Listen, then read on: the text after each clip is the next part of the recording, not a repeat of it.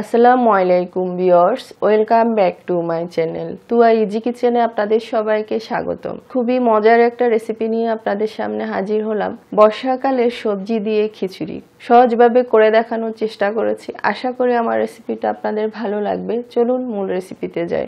এখানে আমি কয়েক রকমের সবজি নিয়েছি কেটে। 4-5টা পটল এভাবে কিউব করে কেটে নিয়েছি। 2টা কাঁকরোল এভাবে কেটে নিয়েছি। চেষ্টা করবেন কচি থেকে কাঁকরোলটা নিতে, বিচিগুলো যেন নরম থাকে।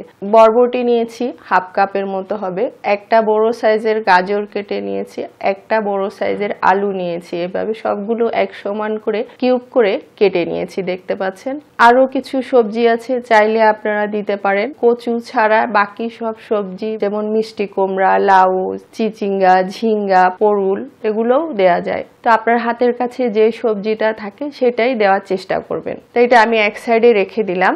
আর এখানে নিয়েছি আমি হাফ কাপ বুটের ডাল। আমি প্রায় আধা ঘন্টা আগে ভিজিয়ে রেখেছিলাম, দেখতে পাচ্ছেন। ভিজে এগুলো একদম সফট হয়ে গেছে আর বড় বড় হয়ে গেছে। দিয়ে দিলাম হাফ কাপের মতো মুগ ডাল। আর মসুরের ডালও নিয়ে নিলাম, প্রায় হাফ কাপের থেকে একটু কম নিয়েছি। এখন সব একসাথে আমি ভালো করে ধুয়ে নিব। আর এখানে নিয়েছি আমি 500 গ্রাম সিদ্ধ চাল। আপনারা চাইলে পোলাও চাল দিয়েও করতে পারেন। আমি সিদ্ধ চালটা নিয়েছি, একদম চিকন যে চালটা আছে, কাটারি চাল, এই চালটাই নিয়েছি। এখন এগুলো ভালো করে ধুয়ে নিব।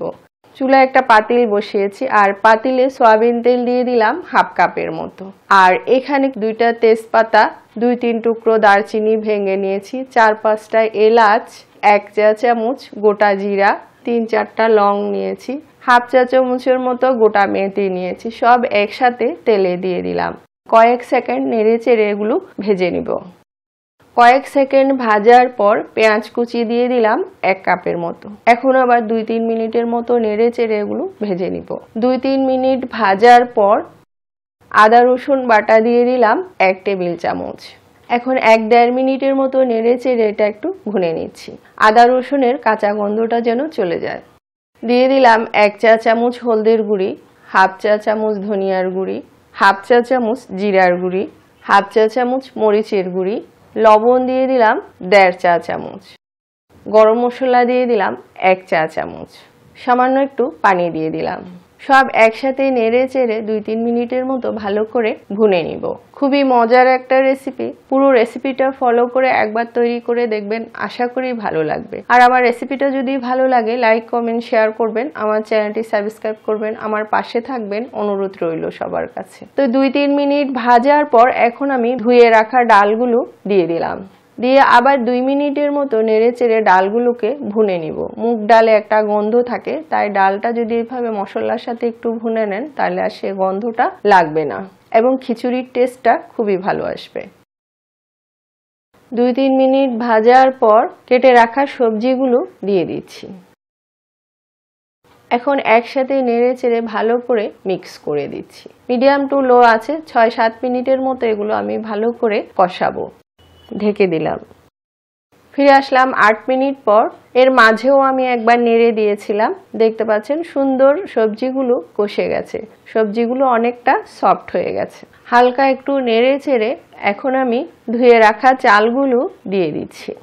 এখন সব একসাথে ভালো করে নেড়ে চেড়ে মিক্স করে দিচ্ছি। অনেকে জানতে চেয়েছিলেন বর্ষাকালে কি কি সবজি খিচুড়িতে দেওয়া যায়। আমি ভাবলাম একটা রেসিপি আপনাদেরকে করে দেখাই। তো ভালো করে এগুলো নেড়ে চেড়ে মিক্স করে নিয়েছি। আর এখন আমি ফুটন্ত গরম পানি দিয়ে দিলাম প্রায় 2 লিটারের মতো। সিদ্ধ চালে পানির পরিমাণটা একটু বেশি লাগে, তো সেই হিসাব করে দিয়েছি আমি। কিছু চাল আছে অনেকক্ষণ সময় লাগে সিদ্ধতে, আবার কিছু চাল আছে খুব তাড়াতাড়ি সিদ্ধ হয়ে যায়, তো সেই হিসাব করে পানিটা কম বেশি করতে পারেন। আর এখন ঢেকে দিচ্ছি 5 থেকে 6 মিনিটের জন্য। ফুল আঁচে রান্না করব। ফিরে আসলাম 6 মিনিট পর। টেস্টিং সল্ট দিয়ে দিলাম সামান্য একটু, চিনি দিয়ে দিলাম 1 চা চামচ, কাঁচামরিচ দিয়ে দিলাম প্রায় 10-12টার মতো। ঝালটা আপনাদের পছন্দ মতো আপনারা কম বেশি করতে পারেন। এখন সব একসাথে নেড়ে চেড়ে এইভাবে 5-6 মিনিটের মতো রান্না করব। এখন আমি ঢাকবো না এটা। চুলার আঁচটা এখন মিডিয়ামে আছে। তো 6-7 মিনিট পর দেখতে পাচ্ছেন পানিটা অনেকটা টেনে গেছে আর চালটাও কিছুটা সিদ্ধ হয়ে গেছে। এই পর্যায়ে আমি একটু নেড়ে চেড়ে কিছুটা ধনিয়া পাতা কুচি দিয়ে দিলাম। দিয়ে দিচ্ছি 2 চা চামচ ঘি। এটা অবশ্যই দিবেন, এতে সুন্দর একটা ফ্লেভার আসে। এখন সব একসাথে আবার একটু আলতো হাতে নেড়ে চেড়ে উপরে নিচ করে দিচ্ছি। এখন একেবারে লো আছে আমি 10 থেকে 15 মিনিটের মতো এটা দমে রাখবো। ঢেকে দিলাম।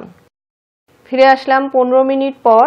দেখতে পাচ্ছেন কি সুন্দর হয়েছে। খিচুড়িটা আমার হয়ে গেছে কমপ্লিট। চালগুলো একেবারে সিদ্ধ হয়ে গেছে। যেহেতু এটা সিদ্ধ চালের খিচুড়ি তাই একটু আঠা আঠা মনে হচ্ছে, কিন্তু এটা যখন একটু হালকা ঠান্ডা হবে তখন ঝরঝরে হয়ে যাবে। দেখতে পাচ্ছেন। এখন আমি গরম গরম আপনাদেরকে পরিবেশন করে দেখাচ্ছি। তো দেখতে পাচ্ছেন কি সুন্দর হয়েছে, কালারটাও কত সুন্দর এসছে। পুরো রেসিপিটা ফলো করে একবার তৈরি করে দেখবেন, আশা করি ভালো লাগবে।